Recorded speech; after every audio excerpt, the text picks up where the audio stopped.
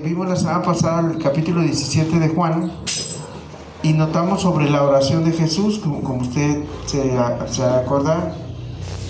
Vimos básicamente el versículo 6 y 7 con detalle y no pudimos ver los otros pasajes bien porque estábamos ya sobre el tiempo. Nos detuvimos mucho en la parte donde la Biblia enseña. Yo les hablaba sobre las funciones dentro del plan de Dios que está revelando Cristo al estar orando. El hecho de que Él esté orando y diciendo ciertas cosas nos muestran, nos revelan quién es, el plan y todo eso, ¿no? Eso fue lo que vimos. Vimos las funciones de Cristo, que eran manifestar o dar a conocer la gloria de Dios Padre. Es prácticamente lo que vimos. Y vimos que Cristo vino a corregir las ideas de la gente, por ejemplo, si Él es fiel o no es fiel y todo eso. La gente dice, todos decimos, bueno, Él es fiel, pero Cristo vino a manifestar su fidelidad, o sea, a ratificar, a confirmar lo que realmente es Dios. Y bueno, eso es lo que vimos la semana pasada. Vimos que Dios es fiel, Dios es amor, Dios es reconciliador, Dios es justo, ¿verdad? Y que eso lo vino a dar, y entre muchas cosas más, Dios vino a manifestar la gloria del Padre. Y les hablé que a veces la Biblia es muy sencilla, en el sentido de que te dice, es que te vengo a decir que Dios es amor. Y uno dice, pero qué raro, tantas molestias para enseñarnos algo que se presume que es, ¿verdad? Pero que no entendemos exactamente bien, y como no lo entendemos bien, por eso viene Cristo a manifestar lo que pareciera obvio de Dios. Dice, yo vine a manifestar el carácter tuyo, le dice. Y bueno, eso vimos la semana pasada. Hoy vamos a trabajar en los pasajes. Si ustedes se fijan ahí en el verso, ya vimos el 7, el 8, porque las palabras que me diste. Vimos en el 9, que se acuerda que vimos, no ruego por el mundo, se acuerda que vimos esa parte, no ruego por los del mundo, ruego por ellos. Y obviamente Cristo no es que no pida por los de la gente del mundo, ¿verdad? Pero en ese momento está enfocado en sus discípulos, porque los va a dejar. Y en el verso 10 vimos esta frase que hace Cristo, que lo distingue de cualquier ser humano. ¿Por qué creen que el verso 10 distingue a Cristo de todo ser humano? ¿Quién me dice? 17:10. ¿Quién me dice? A ver, ¿por qué el versículo, lo que le dice Jesús a su Padre, en el verso 10 lo distingue de cualquier ser humano? Digo, hay otras cosas que lo distinguen, pero en este versículo. Porque solamente Él puede decir que lo de Dios es de Él. Muy bien, muchas gracias. Y lo vimos, muy bien, muy bien. Ahí tenemos entonces, esa parte. Todos podemos decir, todo lo mío es tuyo, ¿verdad? Dios, yo te entrego todo lo mío es tuyo, pero no puedes decir, y lo tuyo, todo lo tuyo es mío, porque ahí ya es otro nivel. Y ahí vimos que Cristo sí lo dijo. Entonces por eso Cristo nos da a entender en su oración que Él es alguien más que un simple ser humano, un profeta, alguien orando ahí nada más. Es realmente Dios hablando con Dios. Se oye extraño, pero esa es la verdad, ¿no? Bueno, y eso también lo vimos. Estoy haciendo un pequeño repaso para poder, por los pasajes que vienen, ¿verdad?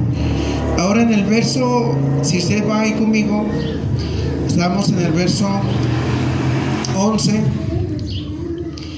Y yo ya no estoy en el mundo, mas estos están en el mundo. ¿Y yo voy a dónde? A ti. Padre Santo, a los que me has dado, guárdalos en tu nombre para que sean uno, así como nosotros. Y ahí voy a empezar el tema de hoy. Voy a empezar el tema de esta tarde. Esa palabra, la palabra que es guárdalos. Si usted se viene dando cuenta, Cristo le dice, Padre, gracias porque me has dado a estos discípulos. Tuyos eran, pero me los diste. Y por un momento, y esto estamos hablando de gente, no de cosas, ¿verdad? Pero es un momento interesante. ¿cómo le dice Cristo? ¿Sabes que yo ahorita no voy a estar, o sea, va a estar ocupado en su sacrificio y todo eso?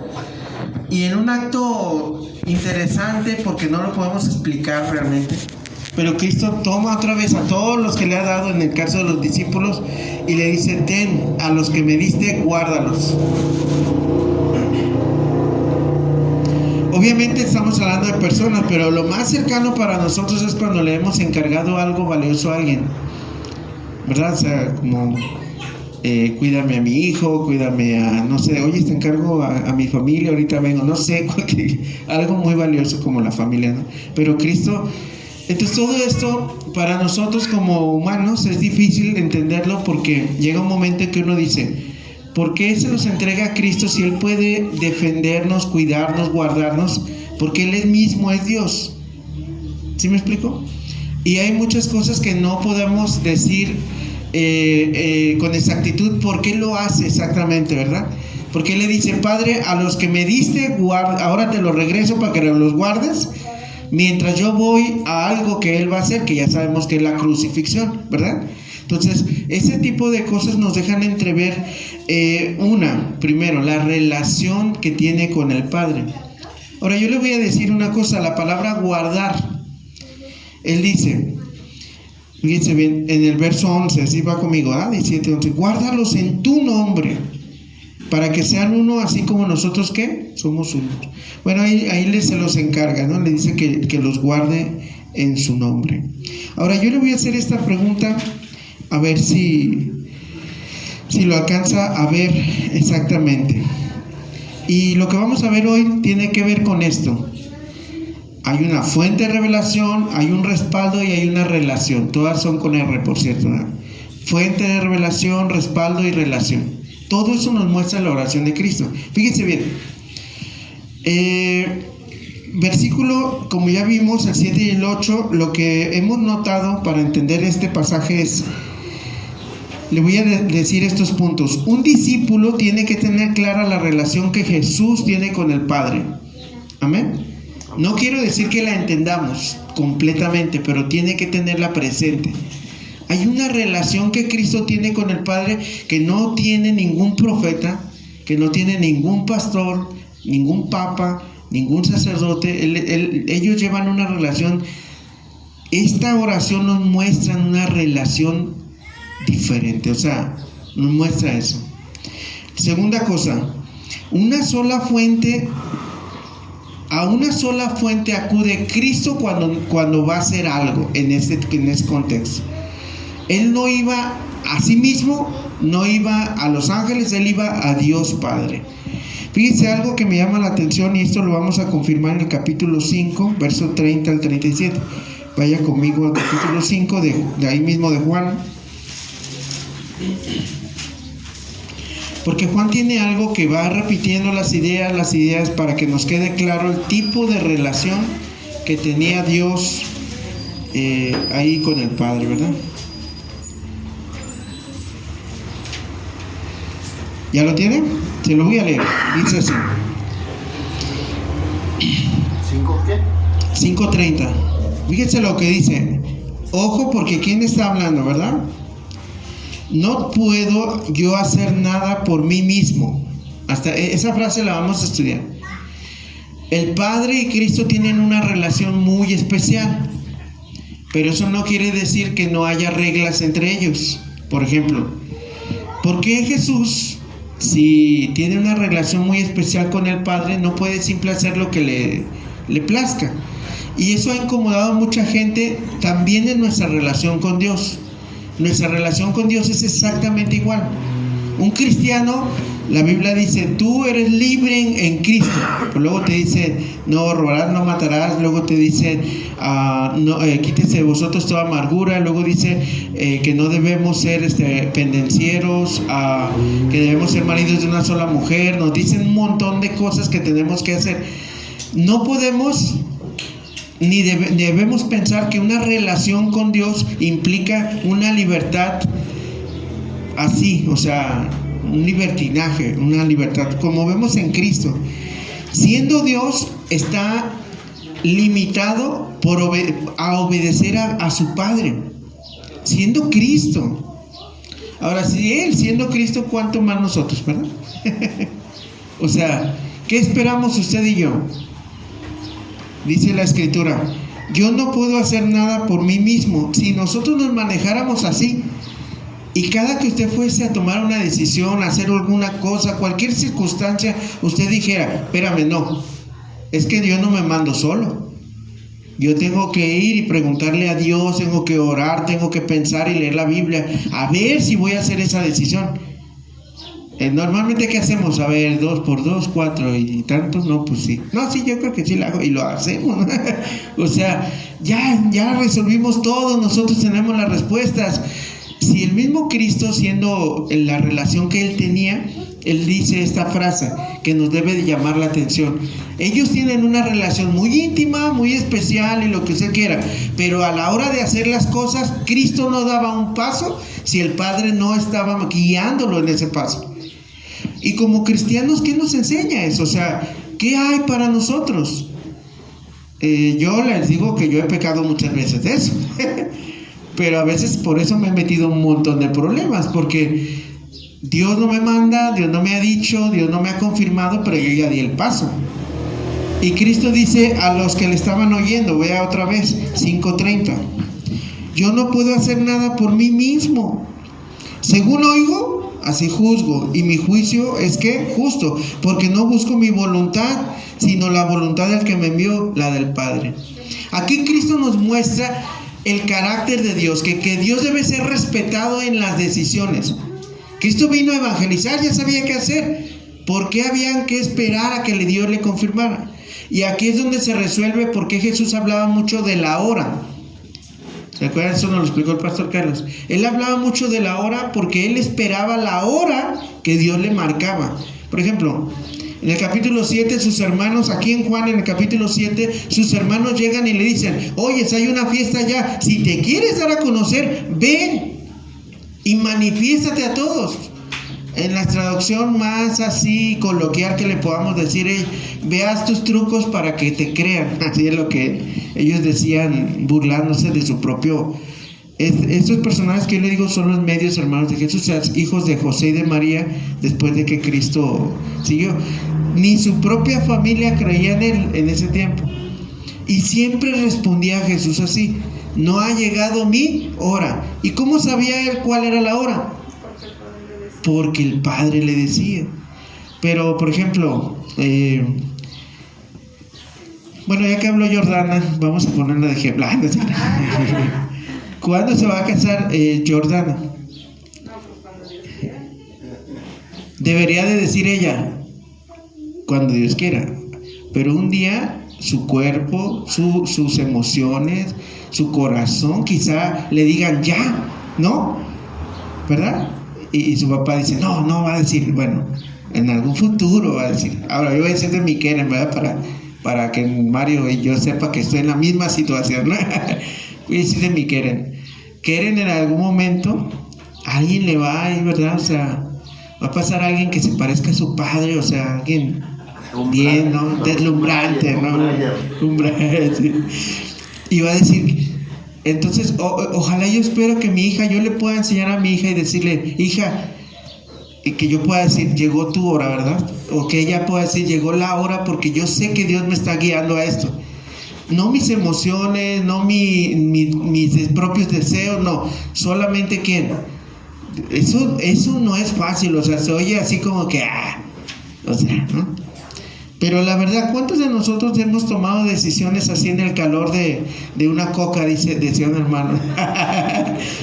O sea que uno es así a veces. Pero cuando se me entra en la cabeza de querer hacer algo, lo quiero hacer así. Sí, yo también soy así. Y yo peco mucho de eso, es verdad, es cierto.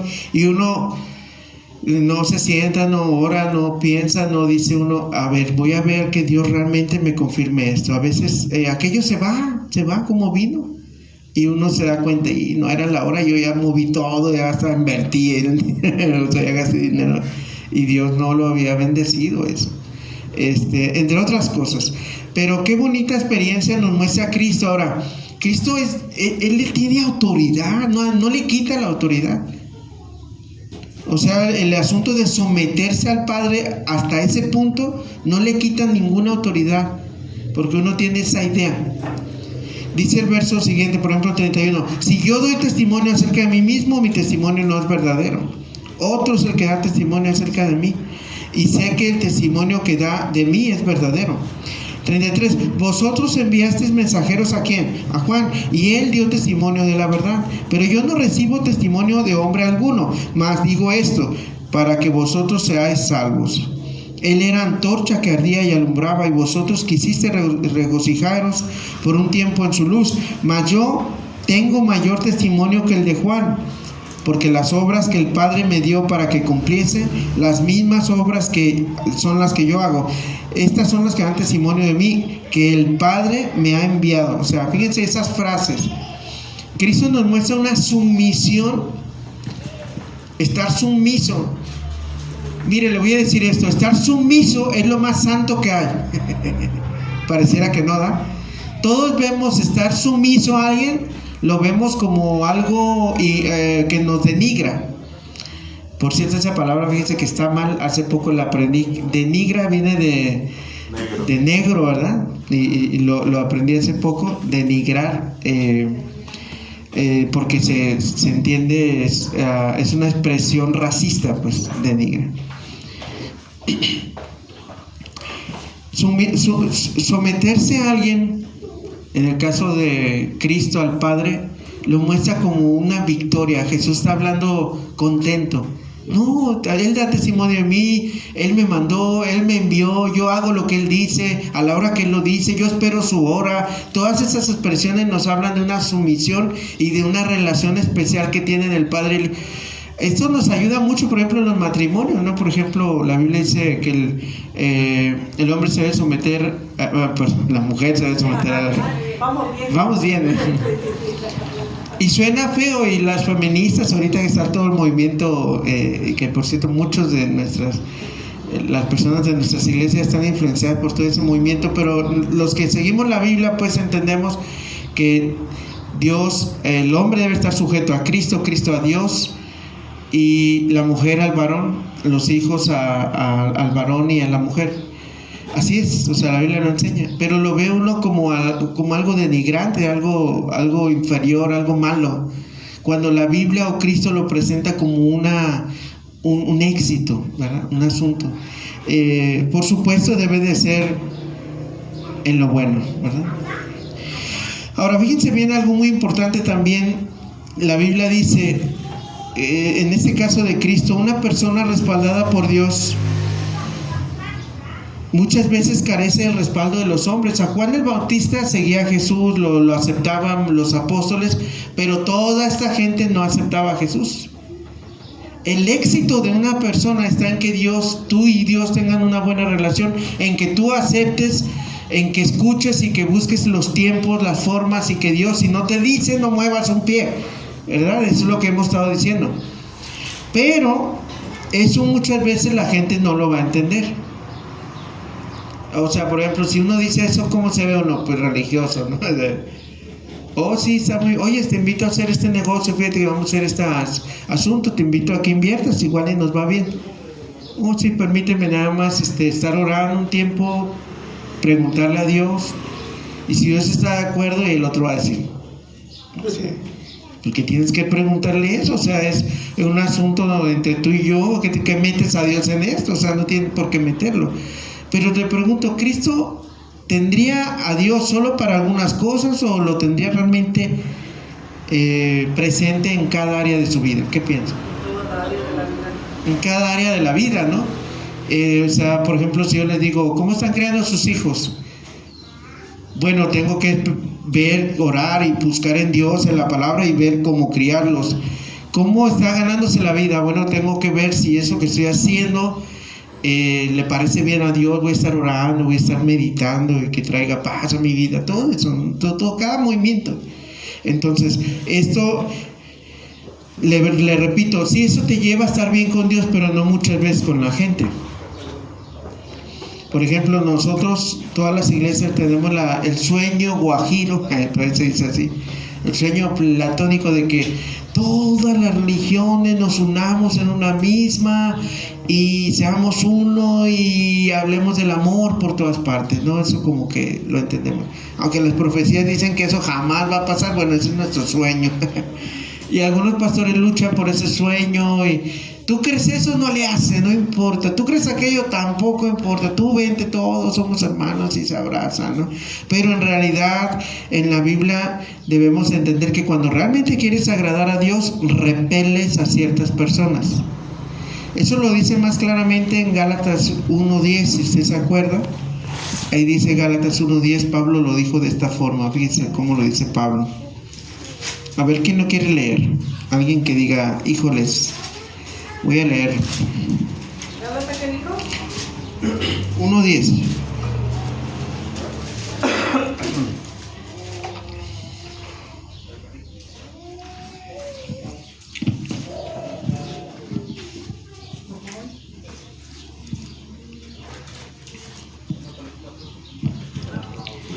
Ya, quien lo tenga puede leerlo, por favor. Pues, ¿busco ahora el favor de agradar a los hombres? Pues si todavía agradara a los hombres, no sería siervo de Cristo. Muy bien. ¿Qué dice ahí? ¿Qué piensa? Yo a veces puedo dedicarme a agradar a la gente, agradar a mis parientes, agradar a mi papá, a mi mamá, agradar a mis amigos, o quizá me dedique a agradar a Dios, pero no puedes agradar a todos. ¿Están de acuerdo? O sea, llega un momento en que topas con pared, o agradas a Dios o agradas a los hombres. ¿A quién deseas agradar tú? A Dios.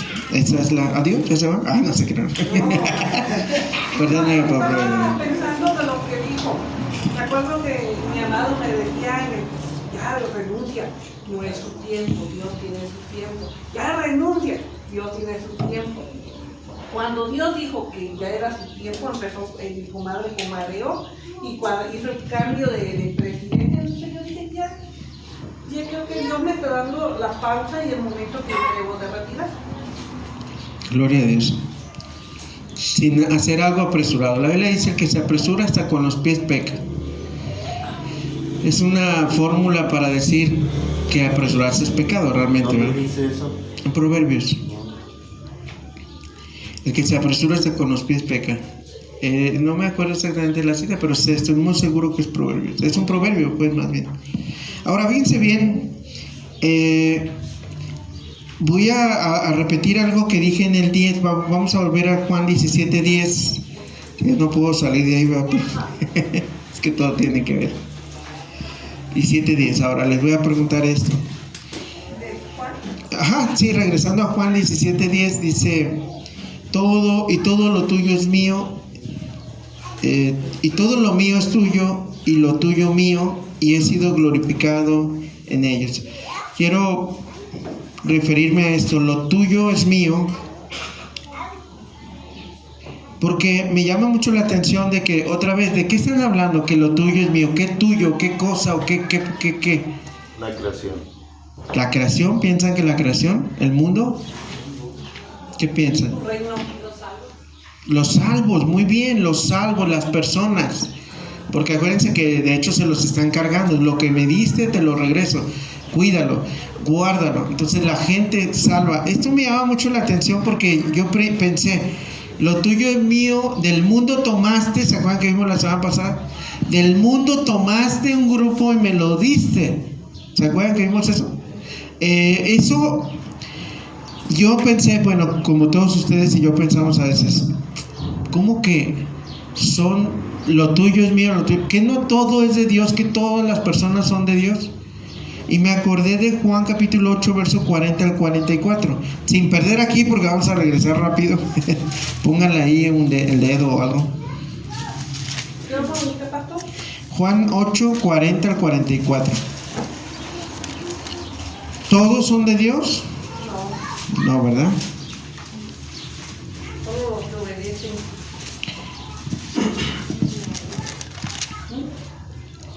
Bueno, puse bastantes textos, pero bueno, por algo, ¿verdad? Yo creo.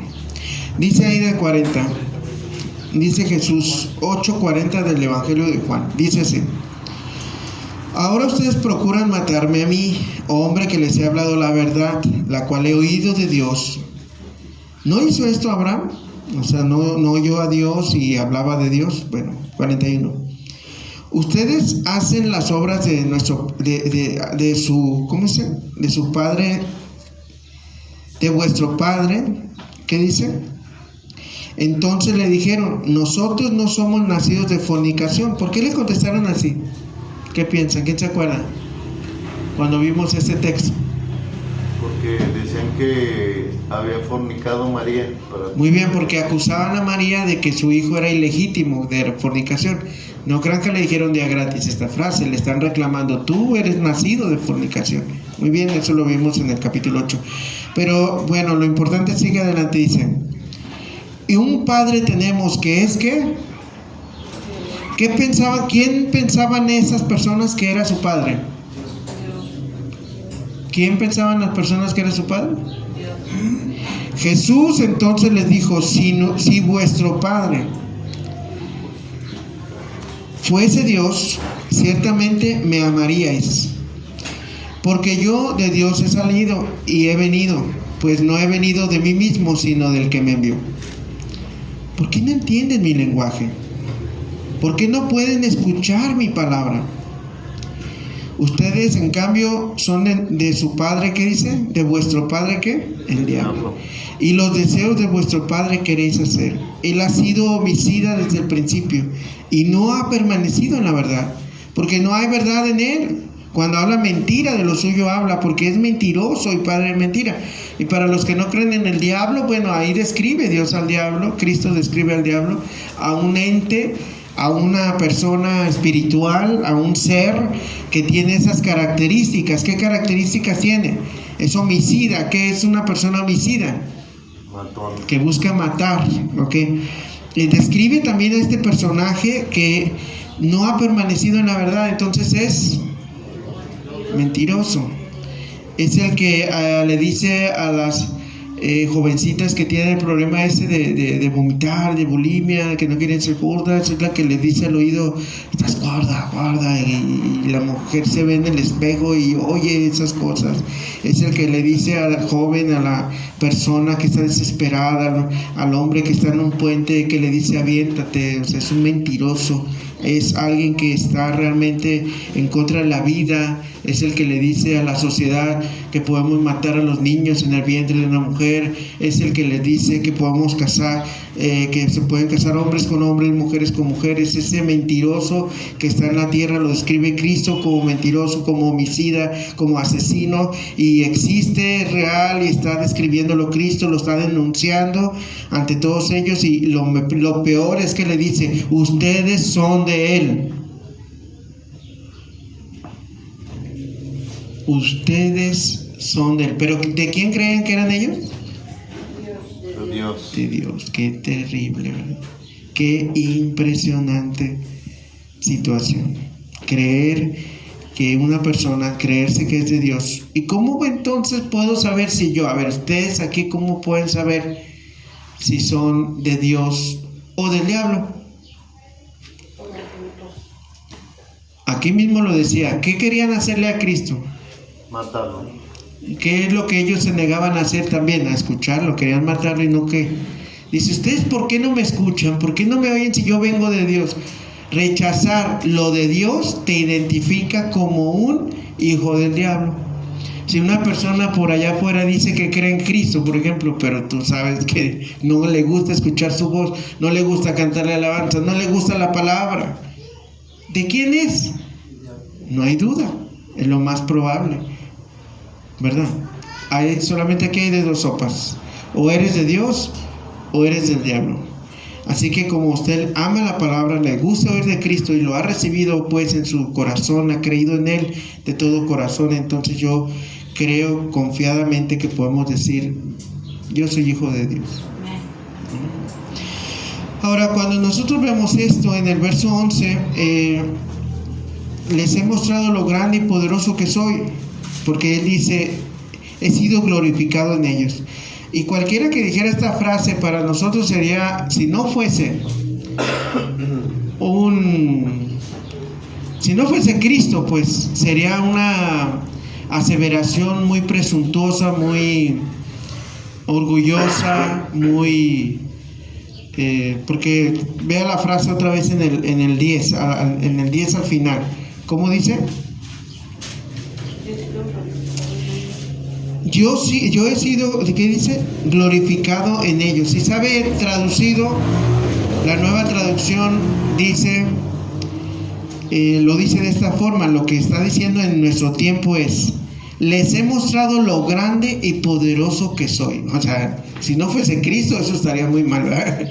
Porque se oiría muy orgulloso. Por ejemplo, si alguien de aquí decimos: Señor, yo ya le mostré a la iglesia de aquí, de Tonalá, lo grande y poderoso que soy. O sea, imagínense, en una oración, eso sería aberración.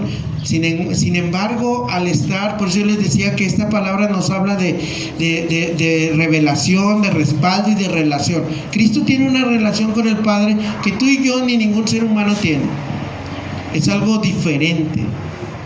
Él está demostrando quién es el que está hablando con el Padre, y aún así se somete a Él. Qué interesante. Eso no le quita poder ni le quita autoridad. Amén. Así que la próxima vez que le digan: échame lonche, vieja, no me voy a sujetar a mi marido porque se está abusando de mí, ¿no? Puedes hacerlo pensando, yo creo que lo puedo hacer. ¿Por qué? Porque hasta Cristo obedece a su Padre y ama a su Padre. Yo amo a mi esposo. Y no me ha dado chivo, pero también se lo invito, no importa. No, sí, la verdad. Sí. Dice el 11, ya lo tiene ahí del 11. Dice el 11, dice: ya no estoy en el mundo. Y esa frase dice que me llama mucho la atención. No me acuerdo si me tengo que aplicar la otra semana, pero dice el verso, se lo voy a explicar con mayor detalle si Dios quiere la semana que viene, pero dice: mas estos están en el mundo, y yo voy a ti, Padre Santo, los que me has dado, guárdalos en tu nombre, para que sean uno, así como nosotros. Y ahí en ese pasaje se prende un foquito rojo, con pip, pip, pip, pip, pip, y la pregunta es: ¿por qué? ¿Por qué se prende un foco rojo ahí? ¿Qué me dice? Porque ellos son lo mismo con Cristo. Pero, ok, a ver, ¿quién más? No tenéis la pregunta. ¿Por qué se prende un foco rojo ahí? ¿Por qué en ese pasaje que está revelando Cristo, que hace que es como si se prendiera un foco rojo advirtiéndonos algo a nosotros? Bueno, esa es una, pero fíjense lo que está detrás de esto. Si Dios le está diciendo, si Cristo le está diciendo: guarda a estos discípulos, ¿verdad? Es que están en peligro, obviamente. Por eso o sea, el foco rojo es: un cristiano está en peligro. Necesitamos guarda. Me acordé mucho de cuando Pedro está muy campante y luego Jesús le dice a Pedro: oye, Pedro, ¿qué crees? Satanás me ha pedido para zarandearte. ¿No?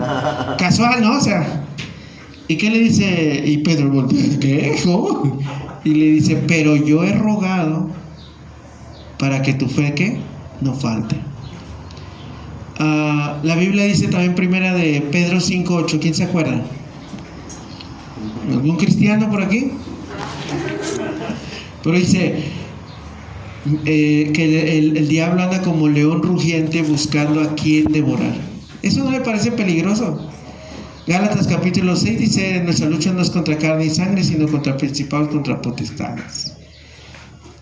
El cristiano está en constante peligro. ¿Y qué es lo que sucede? Que tenemos a Cristo protegiendo sin que le digan. O sea, no es de que le dijeron los apóstoles: oye, ¿ya que te vas a ir? ¿Y qué va a pasar con nosotros este tiempo? No, Él es muy responsable y se encarga de nosotros. A veces, mire, a veces a uno se le olvida orar, ¿no? No sé si le ha pasado. A veces uno está tan cansado. O a veces sí ora, pero oras por el ropero, por cualquier cosa, porque andas tan cansado. Ay, Señor, si logra el ropero por la cama, por la almohada. O sea, no oras ni oras. A veces parece irrespetuoso, pero la verdad, algunos somos así, ¿no? Y luego o nos paramos a orar hincados en el y cuando acuerdas ya estás ahí, ya está babeando, ¿no? O sea, te paras y mejor te sientes. Andas perdido. Gracias a Dios que Cristo no duerme, ¿verdad? O sea, que Él está intercediendo. Es una disposición que Él tiene de guardarnos, de protegernos. Pero le voy a decir algo interesante en este. Le voy a decir algo muy interesante en esto.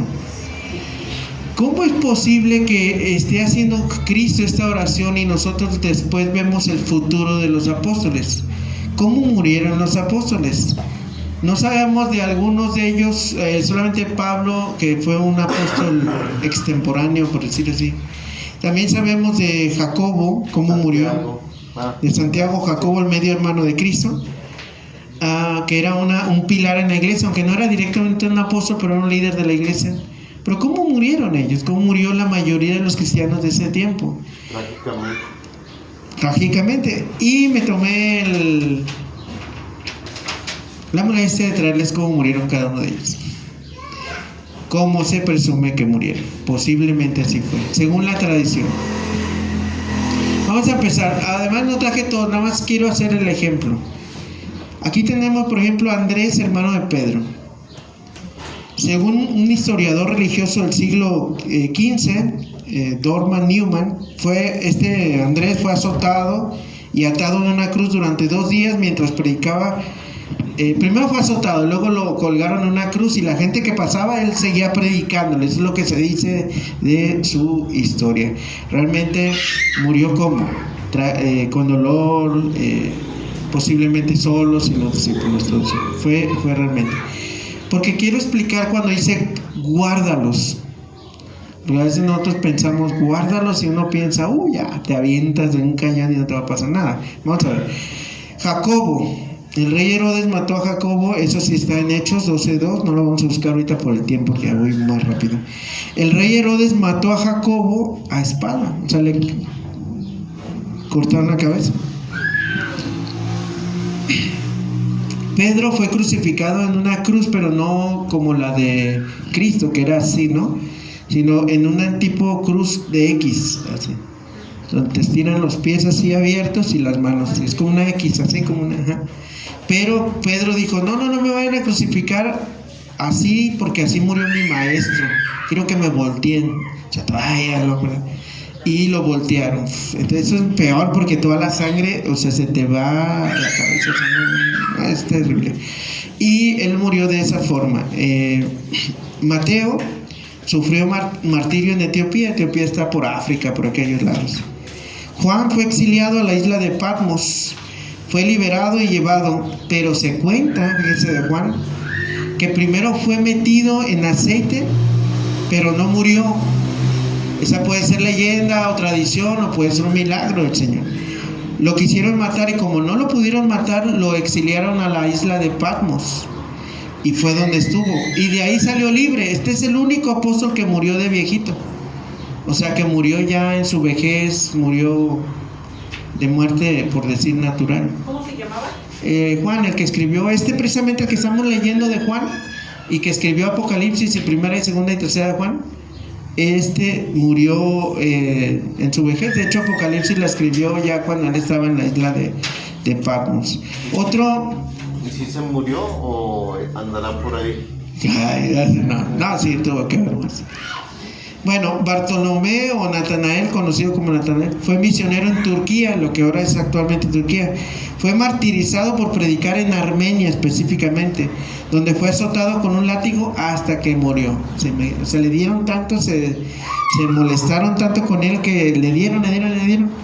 El otro, Andrés, fue crucificado en una cruz igual en Grecia, también en una cruz como Pedro, una cruz X, de las X. Tomás, el que dijo, yo no creo que haya resucitado Cristo hasta que no meta mi brazo ahí. ¿Te acuerdan de eso? Él fue traspasado con una lanza en la India, así. Matías, al que eligieron después cuando murió Judas, eligieron otro apóstol, fue el reemplazo de Judas, fue apedreado y luego le cortaron la cabeza. Ya después de que estaba todo apedreado así, lo levantaron y le quitaron la cabeza.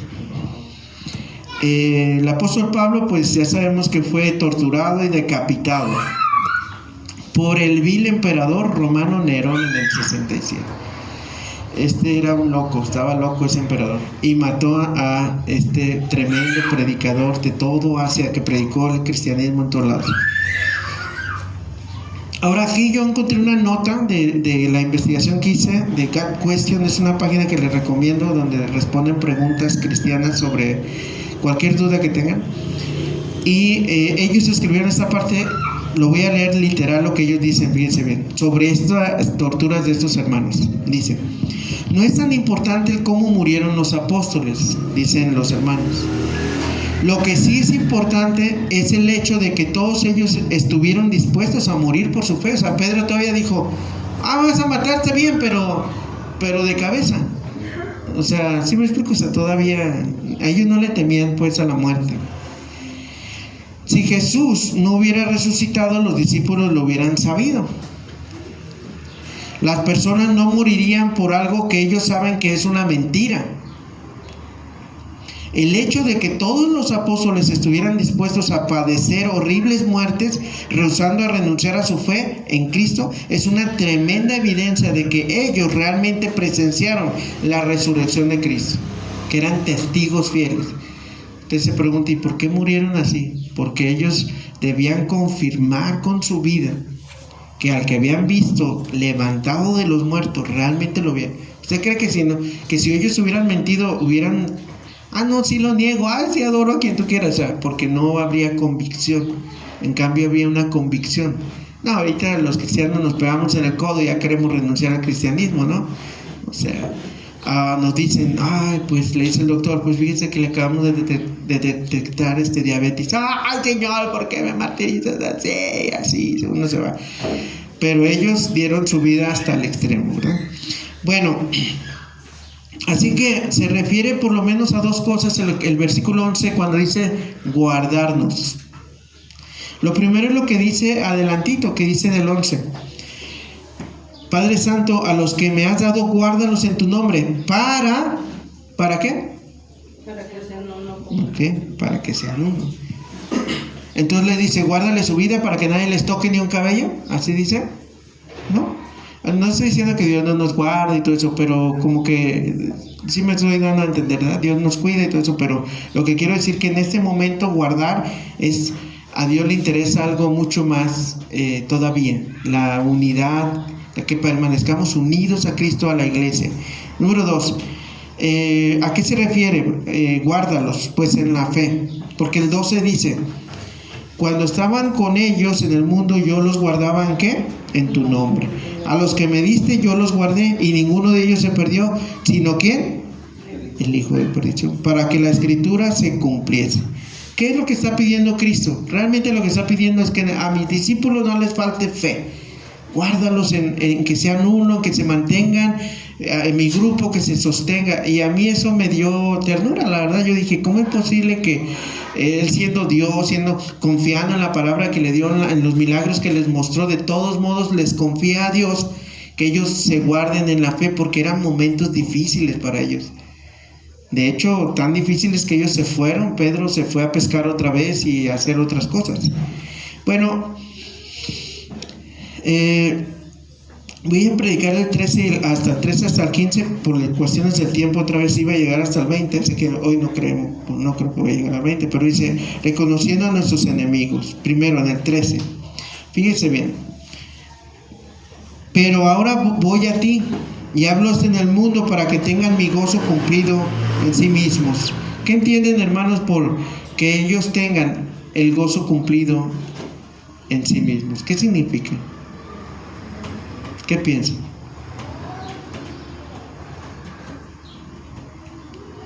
Que se mantengan contentos, creyendo. Muy bien, hermana. Exactamente eso significa. Para que tengan mi gozo significa que se mantengan con gozo, ¿verdad? O sea, que se mantengan atentos al Señor. Así que la tristeza que ellos estaban sintiendo, que es lo que venimos hablando desde el capítulo 14, es, ellos estaban tristes porque Cristo se iba y porque lo iban a matar. Entonces, ¿qué pasa? Que Cristo está orando para que ellos no se desanimen de tal manera que se vayan. Mucha gente de la iglesia se va, o sea, se desanima, se va, se entristece. Dice el 14, fíjense bien, yo les he dado tu palabra y el mundo los aborreció, porque no son del mundo, como tampoco yo soy de ¿qué? Un verdadero cristiano en algún momento choca o topa o no puede conciliarse con el mundo, con lo que es contrario a Dios, ¿verdad? O sea, en algún momento tú dices, bueno, pues yo amo a esa gente, a la vez hasta familia es, pero uno dice, pero es que eso que están haciendo no le gusta a Dios y a mí me hace sentir incómodo porque no le gusta a Dios. Entonces, ¿qué pasa? ¿Verdad? ¿Qué es lo que dice aquí? Que en el mundo los aborreció. ¿Sí aborrecieron a los apóstoles o no? Bueno, pues ya vimos cómo los mataron, así que yo creo que porque no era porque los amaban, ¿eh? Los aborrecían. Habrá gente que a veces a uno le caiga mal solo porque uno cree diferente. Sí pasa. En cuanto le dicen, no, es que yo no creo en eso, ¿cómo que ya eres otra persona? Para ellos caíste de su gracia. Y en el versículo 5 nos hace reconocer a nuestros enemigos, la tristeza, el mundo. Y el tercer enemigo, que ya lo había descrito, dice en el versículo 15, ¿ya lo tiene? No ruego que los quites del mundo, sino que los guardes del mal. Esa palabra mal en otras partes de la Biblia se traduce como maligno. Así de quién te está pidiendo que te guarde. Si tú estás triste, es un problema. Por eso dice que mi gozo se cumpla en ellos. Número 2, que el mundo te aborrezca es un problema. O sea, uno la verdad desde chico uno quiere encajar en todos los grupos. Y si tú llegas a un grupo en donde no encajas, pues es un problema. Y peor, que por no encajar te aborrezcan, pues es un problema. Así que Cristo pide al Padre que sostenga a los discípulos en esas luchas que van a tener con su interior, con el mundo y con el maligno, como dice aquí. Y aquí también se prende un foco rojo. ¿A ti cómo te va con eso?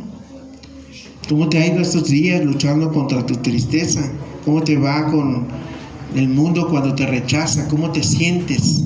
Y la tercera es, ¿si estás consciente de que hay un enemigo que está buscando sacarnos de la fe? Así que termino con una conclusión. ¿Qué conclusiones tenemos de este lado? ¿Qué piensan, hermanos? ¿Qué se llevan? ¿Qué les llama la atención?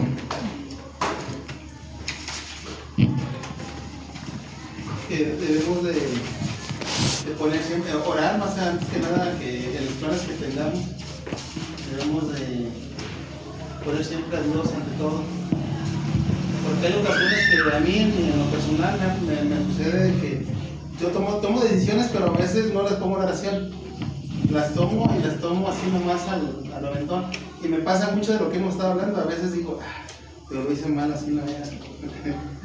Entonces yo me llevo que es poner a Dios ante todo siempre.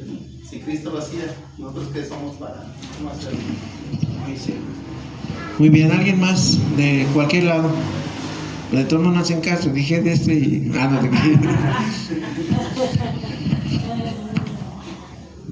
A ver, hermano. Díganme algo, porque ustedes me decían, sí, no, sí, qué tremendo. Que yo no sabía lo que significa del mal, sino y del maligno cobra un nuevo sentido, pues.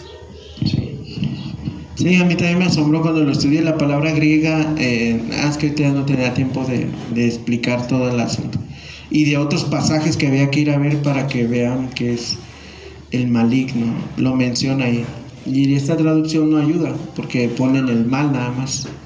Pero la palabra en griego es una palabra que implica al ente, o sea, la persona maligna, al diablo, pues.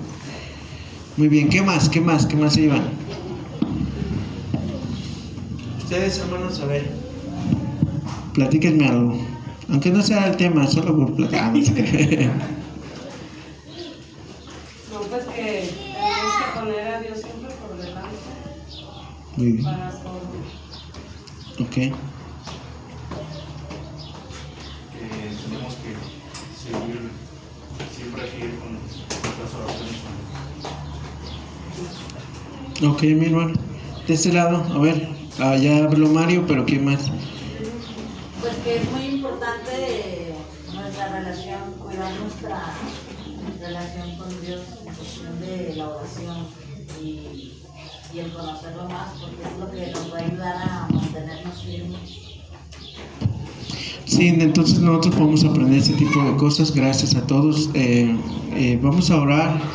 Entonces, tengamos conciencia que tenemos muchos enemigos, de que Cristo intercede por nosotros, de que a veces guardarnos no significa que no te va a pasar nada, pero que sí, a Dios le interesa mucho que a pesar de todas las circunstancias mantengamos el gozo y Dios nos guarde en la fe, en el cristianismo, con Él, pues de eso nos guarda Dios, de que no nos alejemos, pues, a los que son de Él, ¿verdad? A los que Dios le dio.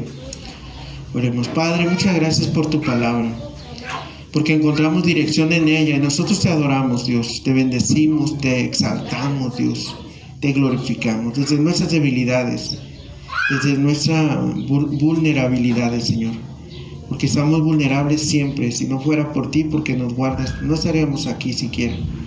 Tú eres bueno con nosotros, nos has dado la salvación, nos has escogido de entre el mundo y nos has traído aquí para hacernos una nación santa, un pueblo tuyo, Señor. Dios, nosotros te adoramos y bendecimos por todo lo bueno que has sido con nosotros sin merecerlo. En el nombre de Jesús. Amén.